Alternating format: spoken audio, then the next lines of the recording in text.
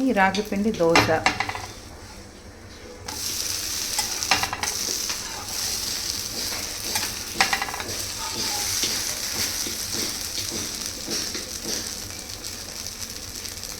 ఇది రాగులు, 1 కప్పు రాగులు, 1/4 కప్పు పొట్టు మినపప్పు.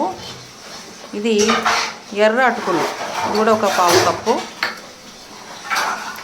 ఇది 1 స్పూన్ మెంతులు. 6 అవర్స్ నానిపోయినాయి. సో ఫస్ట్ మినపప్పుని మిక్సీలో వేసుకుంటాము, మెత్తగా రుబ్బుకుంటాం బాగా. సో మినపప్పు మెత్తగా పేస్ట్ లాగా రుబ్బేసుకున్నాం. ఇప్పుడు నానబెట్టిన రాగులు కూడా మిక్సీకి వేసేసుకుంటాము.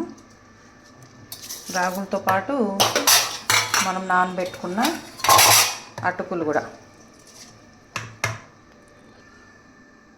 సో ఇది రాగి బ్యాటర్ అన్నమాట, రాగి అటుకులు. సో రెండింటిని బాగా ఇప్పుడు చేత్తో మిక్స్ చేస్తాం. సో ఇలా 2 ఫ్లోర్స్ని బాగా బ్యాటర్స్ని మిక్స్ చేస్తాం ఇట్లా హ్యాండ్స్ తోటి. మన హ్యాండ్స్లో ఉన్న బ్యాక్టీరియా హెల్ప్ చేస్తుంది అన్నమాట ఇవన్నీ ఫర్మెంట్ అవ్వడానికి. సో కన్సిస్టెన్సీ ఇలా థిక్గానే ఉండాలి, ఇంకే నీళ్లు పోయకూడదు దీంట్లో.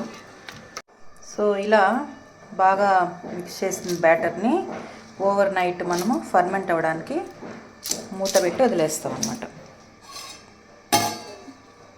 మార్నింగ్ 5 AM ఓపెన్ చేసి చూస్తే బ్యాటరీ ఇలా పొంగింది.